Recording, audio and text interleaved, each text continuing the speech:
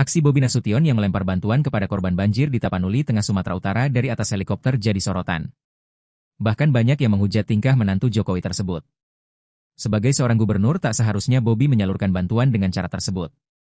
Pasalnya banyak yang menyalurkan bantuan melalui helikopter namun dengan memberikannya langsung kepada masyarakat yang membutuhkan. Terkait ini, Bobi pun angkat bicara. Bobi pun berujar ia melakukan hal tersebut karena mengkhawatirkan keamanan masyarakat, ia takut terkena baling-baling helikopter.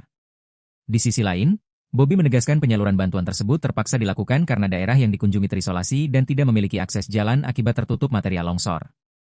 Bobi menambahkan, video yang beredar telah diedit, sehingga mengubah konteks dari bantuan yang dijatuhkan. Lebih lanjut, Bobi Download Tribun X sekarang, menghadirkan lokal menjadi Indonesia.